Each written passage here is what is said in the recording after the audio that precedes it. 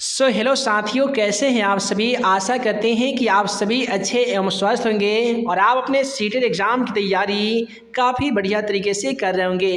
तो फाइनली आज की इस वीडियो में हम आप सभी को बताने जा रहे हैं सीटेट एग्ज़ाम 2022 से पूछे जाने वाले ईवीएस का ऐसा इम्पोर्टेंट वीवीआई क्वेश्चन जो कि आपके सीटेट एग्ज़ाम पेपर के लिए काफ़ी इम्पोर्टेंट है। तो चलिए फ्रेंड्स, बिना समय गवाए पहला क्वेश्चन का आंसर देख लेते हैं। दोस्तों, आज का पहला सवाल ये पूछा गया है कि सोपानी कृषि कहाँ की जाती है। सबसे पहले जानिए कि ये सोपानी कृषि होता क्या है। दोस्तों, वैसे कृषि जो पहाड़ के ढलान वाले स्थानों पे की जाती है जहाँ पे अधिकतर वर्षा होने के कारण उपजाऊ मिट्टी पानी में बह जाते हैं।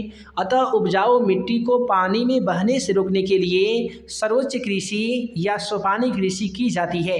तो पहाड़ के ढलान वाले स्थान पे सोपानी कृषि की जाती है।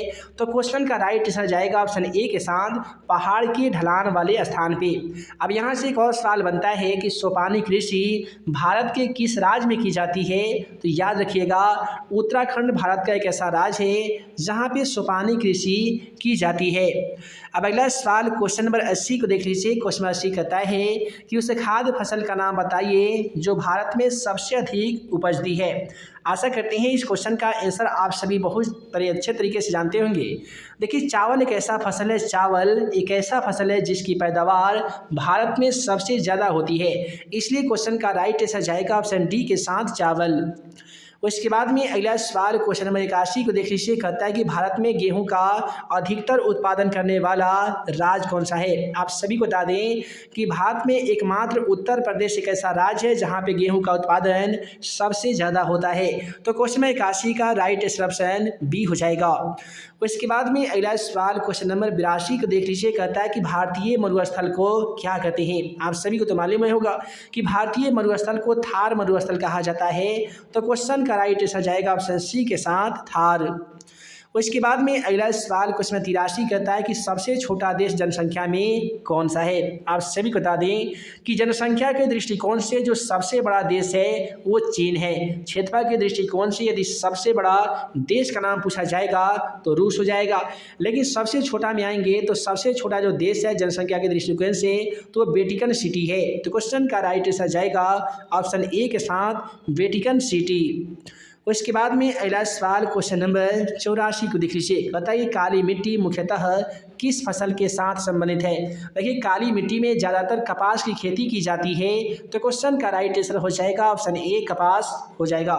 देखिए, यहाँ से एक और सवाल पूछे जाते हैं कि काली मिट्टी का दूसरा नाम क्या होता है। तो याद रखिएगा, काली मिट्टी का दूसरा नाम रेगुर मिट्टी या लैटेराइट होता है। उसके बाद में अगला सवाल क्वेश्चन 85 कहता है कि प्रचुर कैल्शियम वाली मृदा को क्या कहा जाता है। देखिए, कोई ऐसी मिट्टी जहाँ पे प्रचुर मात्रा में कैल्शियम उपस्थित रहता है उसे पेडोकल कहते हैं। क्या कहते हैं जी? पेडोकल कहते हैं। क्वेश्चन का राइट आंसर जाएगा ऑप्शन ए के साथ, पेडोकल। उसके बाद में क्वेश्चन 86 को देख लीजिए। कहता है कि धान की खेती करने के लिए सर्वाधिक आदर्श मृदा कौन सी होती है। आप सभी को बता दें कि धान की खेती करने के लिए जो सबसे उत्तम मृदा यानी मिट्टी को जाना जाता है तो वह है जलोढ़ मिट्टी। और आप सभी को बता दें कि भारत में जो सबसे ज़्यादा जो मिट्टी पाई जाती है वो जलोढ़ मिट्टी ही पाई जाती है। तो धान की फसल के लिए सबसे उत्तम मिट्टी क्या होगा जी? तो जलोढ़ मिट्टी हो जाएगा। यदि धान के बदले में गेहूं पूछा जाएगा तो काली मिट्टी हो जाएगा। और राजस्थान में मरुस्थलीय मिट्टी पाई जाती है, ये भी याद रखिएगा। अब देखिए, अगला सवाल क्वेश्चन 87 क्या कहता है कि लाल मृदा में लाल रंग किसके ओलेपन के कारण हो जाता है। आप सभी को मालूम होगा कि लाल मिट्टी का जो रंग होता है वो लाल ही होता है। इसमें लोहा के कारण यानी लोहा के ओलोपन के कारण इसका रंग लाल हो जाता है। अब अगला सवाल क्वेश्चन 88 को करते हैं। तो क्वेश्चन 88 कहता है कि वह मिट्टी जो वर्षा के कारण गहन निक्षालन और प्रवृत्त है वह क्या कहलाती है। तो उससे ही तो हम लोग काली मिट्टी कहते हैं यानी रेगुर मिट्टी कहते हैं, जिसको हम रेगुर या लैटेराइट कहते हैं। तो क्वेश्चन का राइट आंसर जाएगा ऑप्शन बी के साथ, लैटेराइट। उसके बाद में क्वेश्चन 89 को देख लीजिए। कहता है कि निम्नलिखित में से क्या मृदा संरक्षण की जैव पद्धति है। देखिए, मृदा संरक्षण के मतलब क्या हुआ कि मिट्टी को बचाने का जो सबसे जैविक एवं उत्तम जो पद्धति है वो क्या है, तो वो है समोच्च कृषि। आप सभी को अभी अभी हम बता ही रहे थे कि समोच्च कृषि से अभिप्रायः समोच्च कृषि द्वारा की जाने वाली कृषि से है। ऐसे कृषि वैसे स्थान पर की जाती है जहाँ पे अत्यधिक वर्षा होने के कारण उपजाऊ मिट्टी पानी में बह जाते हैं अतः उपजाऊ मिट्टी पानी में ना बहे, इसी के लिए सर्वोच्च कृषि की जाती है। अब अगला सवाल क्वेश्चन 90 को देख लीजिए। कहता है क्वेश्चन 90 कि मीठे पानी का सबसे बड़ा जलाशय कौन सा है। आप सभी को बता दें कि मीठे पानी का यदि सबसे बड़ा जलाशय की बात करेंगे तो आंसर राइट होगा ऑप्शन डी, यानी ग्लेशियर जो है ये सबसे मीठे पानी का जलाशय माना जाता है।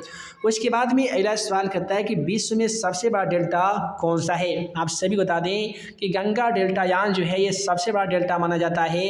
तो क्वेश्चन का राइट आंसर जाएगा ऑप्शन सी के साथ।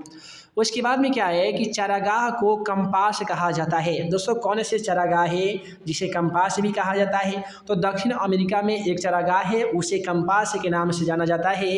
तो क्वेश्चन 52 का राइट आंसर जाएगा ऑप्शन बी के साथ, दक्षिण अमेरिका।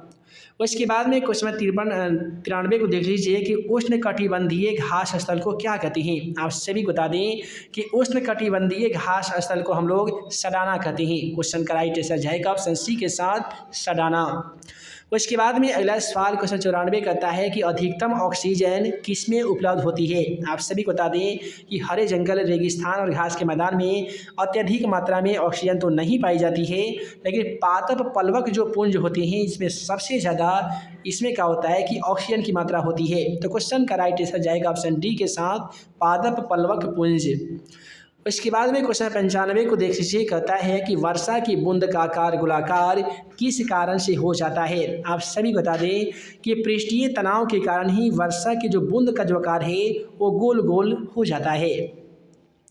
अब अगला सवाल क्वेश्चन 96 को देख लीजिए। कहता है कि विद्युत बल्ब का फिलामेंट किस तत्व का बना होता है। आप सभी को मालूम होगा कि विद्युत बल्ब में जो फ्यूज होता है यानी फिलामेंट होता है वो टंगस्टन का बना होता है, क्योंकि टंगस्टन तार की यह विशेषता है कि जब टंगस्टन तार में विद्युत धारा प्रवाहित की जाती है तो जलने के बाद लाल हो जाता है, जिससे हमें रोशनी मिलती है।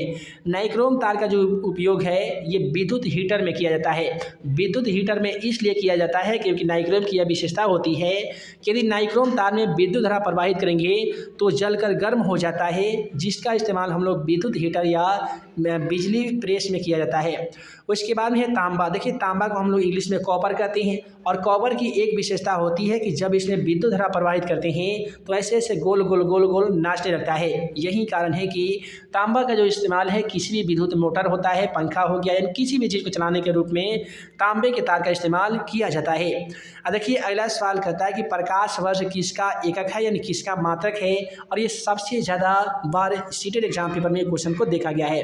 देखिए प्रकाश वर्ष का जो मात्रक जो होता है वो दूरी होता है। क्वेश्चन का राइट आंसर जाएगा ऑप्शन बी के साथ, दूरी। अब देखिए अगला सवाल क्वेश्चन 98 क्या कहता है कि उत्तरी ध्रुव की खोज किसने किया था। ऐसा करते हैं इस क्वेश्चन को आप सभी जरूर जानते होंगे। देखिए उत्तरी ध्रुव का जो खोज है ये सबसे पहले रॉबर्ट पियरी के द्वारा किया गया था। तो क्वेश्चन का राइट आंसर जाएगा ऑप्शन ए के साथ, रॉबर्ट पियरी। उसके बाद 99 नंबर क्वेश्चन को देख लीजिए। कहता है कि समुद्री जल को किस प्रक्रिया से शुद्ध किया जा सकता है। आप सभी बता दें कि कोई भी समुद्र के जल जो अशुद्ध हो चुके हैं उसे शुद्ध बनाने के लिए हमें आसवन विधि का प्रयोग करना होगा। तो क्वेश्चन का राइट आंसर होगा ऑप्शन ए, आसवन विधि। उसके बाद में क्वेश्चन 100 को देख लीजिए कि भारी पानी जिसे गुरु जल कहते हैं का रासायनिक संगठन क्या होता है। देखिए जो भारी जल यानी गुरु जो रासायनिक जल का जो रासायनिक संगठन होता है यानी जो उसका फार्मूला होता है वो D2O होता है। क्या होता है जी? D2O होता है। तो क्वेश्चन का राइट आंसर जाएगा ऑप्शन सी के साथ, D2O। उसके बाद में क्वेश्चन नंबर 101 को देख लीजिए। क्वेश्चन नंबर 101 कहता है कि दूध को दही में संघनित करने वाला एंजाइम कौन सा होता है। आप सभी बता दें कि दूध को दही में स्कंदित करने वाला जो एंजाइम होता है उसे हम लोग रेजिन कहते हैं। क्या कहते हैं जी? रेजिन कहते हैं। और दूध से दही बनना यह एक रासायनिक परिवर्तन होता है, और दूध में पाया जाता है लैक्टिक अम्ल, और दूध की शुद्धता की जाँच लैक्टोमीटर के द्वारा की जाती है, ये भी याद रखिएगा। अब देखिए अगला सवाल क्वेश्चन में 102 क्या कहता है कि प्राकृतिक रबर किसका बहुलक है। ये क्वेश्चन जो है वो 10वीं कक्षा में ही आप सभी पढ़ चुके होंगे कि प्राकृतिक रबर जो होता है ये आइसोप्रीन का बहुलक होता है। किसका होता है जी? आइसोप्रीन का होता है। राइट आंसर होगा ऑप्शन ए, आइसोप्रीन।